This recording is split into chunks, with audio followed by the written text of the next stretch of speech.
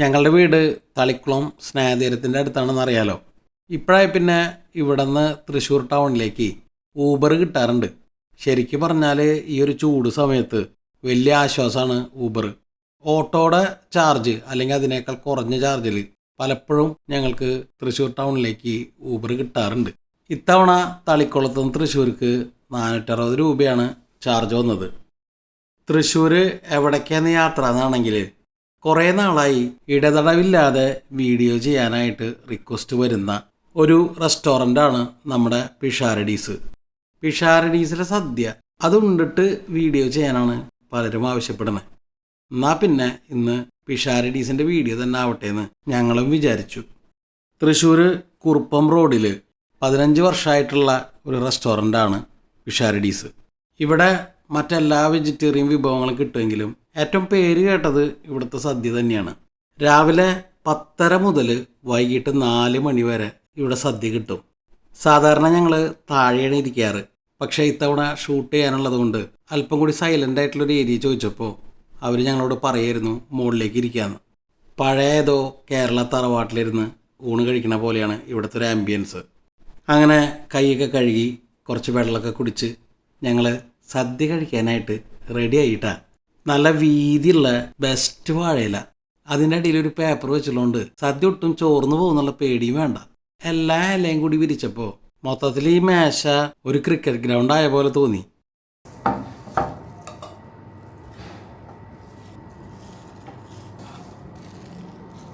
ഇത് നെയ്യും പരിപ്പല്ല.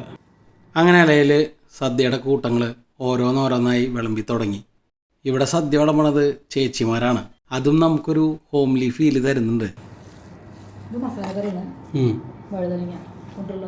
ഓ, ഉരുളക്കിഴങ്ങ് ഉണ്ടായില് എല്ലാം ഉണ്ടാവില്ല.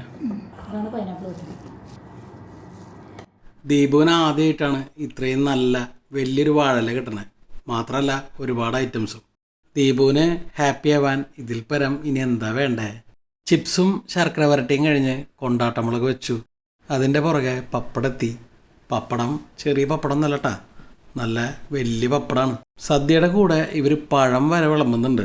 ആദ്യമായിട്ടാണ് ഒരു റെസ്റ്റോറൻറ്റിൽ പഴം സദ്യയുടെ കൂടെ കിട്ടുന്നത്. ശരിക്കും പറഞ്ഞാൽ ഒരു കംപ്ലീറ്റ് സദ്യ എന്ന് തന്നെ പറയാം.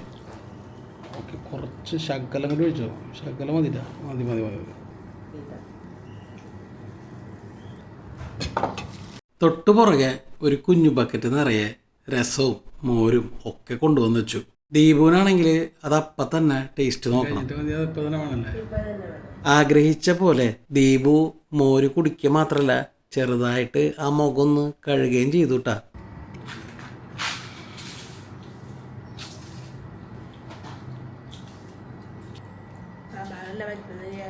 അങ്ങനെ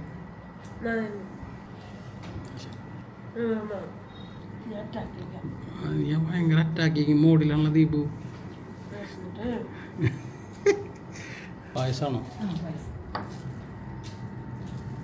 2 പായസം ഉണ്ടോ? പാലടയും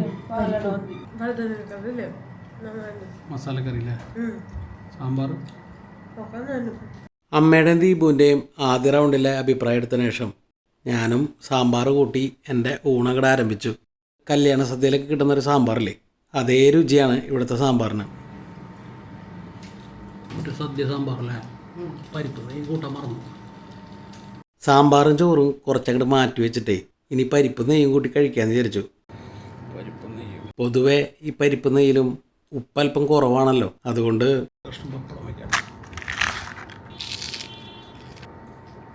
ഇപ്പോൾ സംഗതി അങ്ങോട്ട് ഉഷാറായിട്ടാ. എന്നാൽ പിന്നെ ബാക്കിയുള്ള പപ്പടം കൂടി അങ്ങോട്ട് പൊടിക്കാന്ന് വിചാരിച്ചു. നീ അറ്റാക്കി മോഡല്ലേ പറയും. മസാലക്കറിയില്ലേ, തുടക്കം മുതലേ ഞാൻ നോട്ട് ചെയ്തിരുന്നു. ഇവിടുത്തെ സദ്യ വിളമ്പിയപ്പോൾ മുതൽ ദീപുവിന് വല്ലാത്തൊരു ആവേശമായിരുന്നു.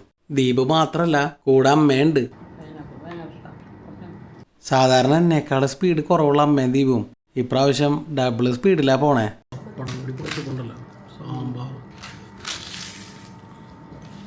സത്യം പറഞ്ഞാൽ പരിപ്പും നെയ്യും സാമ്പാറും കൂട്ടിയപ്പോൾ തന്നെ ചോറ് തീർന്നു. ഇനി തോരനും മറ്റു കറികളൊക്കെ കൂട്ടാൻ ചോറ് വേറെ ഇടണം. ചേച്ചി ഇത്തിരി ചോറ് വേണം. മതി മതി.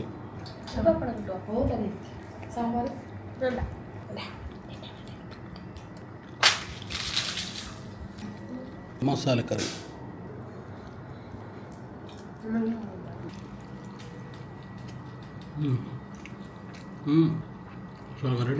അങ്ങനെ ബാക്കിയുള്ള മസാലക്കറിയും കൂടി 2 പിടിയിൽ അങ്ങോട്ട് തീർത്തു. ദീപു അമ്മയ്ക്ക് ഇത്തിരി മോരൊഴിച്ചു കൊടുത്തു. പാകത്തിന് പുളിയൊക്കെ ആയിട്ട് നല്ല ഫ്രഷ് മോരെന്നാണ് അമ്മ പറഞ്ഞത്. നെക്സ്റ്റ് ഞാൻ കൂട്ടിയത് കാബേജ് തോരനായിരുന്നു. എനിക്ക് വളരെ ഇഷ്ടമാണ് കാബേജ് തോരൻ, നിങ്ങൾക്കറിയാലോ.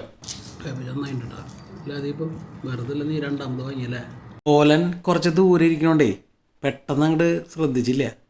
കുറച്ച് ഓലനും പിന്നെ പപ്പടം ഇല്ലാത്തതുകൊണ്ട് കുറച്ച് ചിപ്സ് അതിൻ്റെ മേലേക്ക് അങ്ങോട്ട് വിതറിയിട്ട് ചിപ്സും ഓലനും കൂടി ചേർത്ത് അങ്ങോട്ട് കഴിച്ചു. എന്നിട്ട് ബാക്കിയുള്ള ചിപ്സ് ഉണ്ടല്ലോ, ഓലനും ക്യാബേജൊക്കെ അടിപൊളിയാണ്. എന്നെ വളരെയധികം പിന്നിലാക്കിക്കൊണ്ട് അമ്മ പായസം കുടിച്ചിരുന്നു. ദീപമാണെങ്കിലോ ഇല മൊത്തം ക്ലീൻ ആക്കിയിരുന്നു. ഒരു നുള്ള് ചമ്മന്തിപ്പൊടി കൂട്ടി നോക്കി, ചെറിയൊരു എരിവൊക്കെ ഉണ്ട് കേട്ടോ. പൈനാപ്പിൾ കറി. അടുത്തത് കാളനായിരുന്നു.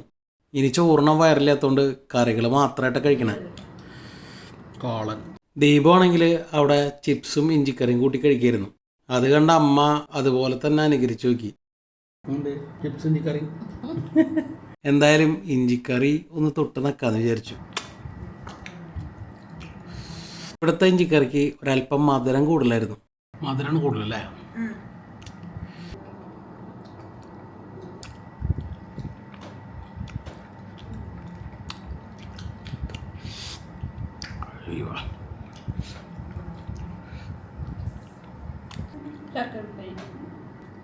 ഒരെണ്ണുള്ളോ?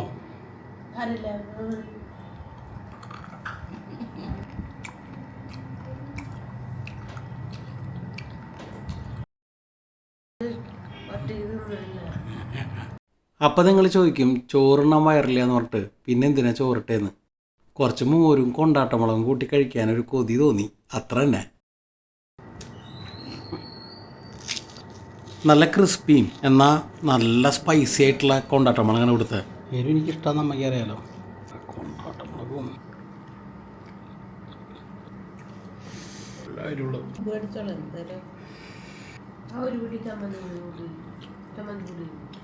ദീപ് പറഞ്ഞ സ്ഥിതിക്ക് കുറച്ച് ചമ്മന്തിപ്പൊടിയും കൂടി അതിൻ്റെ മേലേക്ക് വിതറാന്ന് വിചാരിച്ചു.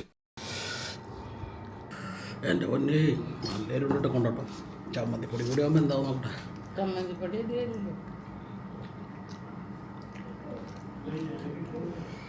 അടിപൊളി.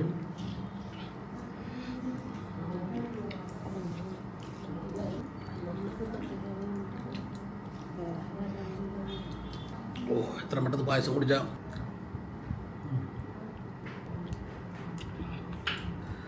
വേറെ വലിയ പരിപ്പ് അടിപൊളി. ചേച്ചാറ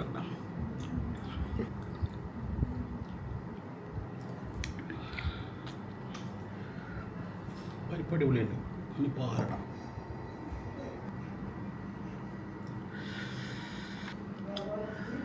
അടിപൊളി മധുരട്ടോ. ഓ മട്ടി പാലട നീ എടുത്തോ. ഓക്കെ, അപ്പോൾ 2 പാലട നീ കഴിച്ചോ. നിൻ്റെ പ്രഥമ അവിടെ വെച്ചോ. കുറച്ച് ഇതിലേക്ക് കഴിച്ചാൽ മതി.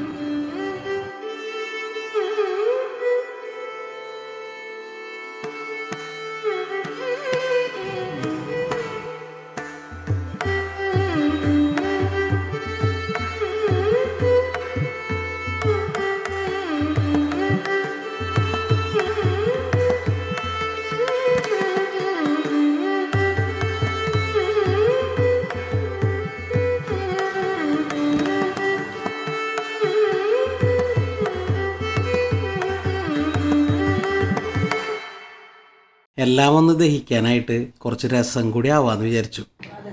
അതെ, രസം കുടിക്കുന്ന പറഞ്ഞില്ല, ഒരു ഡൈജഷൻ എന്നുള്ള രീതിയിലാണ്. കുറച്ച് രസം വേണം നമുക്ക്. ചേച്ചി പറയുന്നത് ഇവർ 2 പേരും കൂടിയാണ് നല്ല രീതിയിൽ നമുക്ക് സദ്യക്ക് വിളമ്പി തന്നത്. ശരിക്കും അടിപൊളി സർവീസായിരുന്നു. ദീപുവിനൊരു പാലടയും എനിക്ക് ഒരു പാക്കറ്റ് കൊണ്ടാട്ടമുളകും. ഇത് രണ്ടും ഇവിടുത്തെ പ്രോഡക്ട്സിൽ നിന്ന് വാങ്ങണമെന്ന് സദ്യ കഴിച്ചപ്പോഴേ ഞാൻ തീരുമാനിച്ചിട്ടുണ്ടായിരുന്നു. കലക്കിന് നല്ല എരിവുണ്ട്. എനിക്ക് എരിവുള്ള കൊണ്ടാട്ടം ഭയങ്കര ഇഷ്ടമാണ്. പിഷാരഡീസിൻ്റെ സദ്യയിലുള്ളതും അല്ലാത്തതായിട്ടുള്ള ഒരുപാട് പ്രോഡക്ട്സ് ഇവിടെ അവൈലബിൾ ആണ്. ഇൻസ്റ്റൻറ്റ് കറി മിക്സുകൾ, പുട്ടുപൊടി, വെജ് ബിരിയാണി, ചമ്മന്തിപ്പൊടി, പുളിയിഞ്ചി, എന്തിനു പറയണു ചക്ക വരട്ടിയത് വരെ. അങ്ങനെ എണ്ണിയാലൊടുങ്ങാത്ത അത്രയും പ്രോഡക്ട്സ് ഇവിടെ കിട്ടും. സദ്യ വിളമ്പുന്നത് 10:30 മുതലാണെങ്കിലും പാഴ്സലായിട്ട് രാവിലെ 10 മണി മുതൽ ഇവിടെ നിന്ന് കിട്ടും. ഇത് എത്ര ഗ്രാമിൻ്റെ ഇത്? ഇതെങ്ങനെയാ? ഇത് ആരല്ലേ?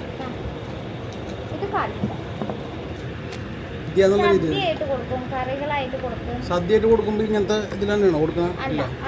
വളരെ ചെറുതായി. ഓ ഓ ശരി, ചെറുതല്ലേ. റെസ്റ്റോറൻ്റ് അകത്ത് ഇരുന്ന് കഴിക്കണതിന് ഒരു സദ്യക്ക് ഇവർ ചാർജ് ചെയ്യണത് 200 രൂപയാണ്. വിളമ്പുന്ന ഐറ്റംസും ടേസ്റ്റും ക്വാളിറ്റിയും സർവീസും ഒക്കെ കൂടി നോക്കുമ്പോൾ അത് വളരെ വളരെ റീസണബിൾ ആയിട്ടുള്ള ഒരു പ്രൈസാണ്. അങ്ങനെ പിഷാരഡീസിൽ നിന്ന് നല്ലൊരു സദ്യക്കുണ്ട്. വളരെ ഹാപ്പി ആയിട്ട് ഓട്ടോയിൽ ഞങ്ങൾ നേരെ ശക്തൻ സ്റ്റാൻഡിലേക്ക് വെച്ച് പിടിച്ചു. പണ്ട് കോളേജിൽ പഠിക്കുന്ന കാലം തൊട്ട് ഇവിടെ നിന്നാണ് സോഡ സർബത്തും ഉപ്പ് സോഡയും ഒക്കെ കുടിക്കുക. നല്ല ചൂടല്ലേ, അപ്പോൾ ഒരു ദാഹശമനമൊക്കെ വരുത്തിയിട്ട് നേരെ തൃപ്രയാർക്കുള്ള ബസ് പിടിച്ചു. അപ്പോൾ ഈ വീഡിയോ ഇവിടെ അവസാനിക്കുകയാണ്. പുതിയൊരു വീഡിയോ ആയിട്ട് ഉടനെ കാണാം. അതുവരയ്ക്കും ബൈ.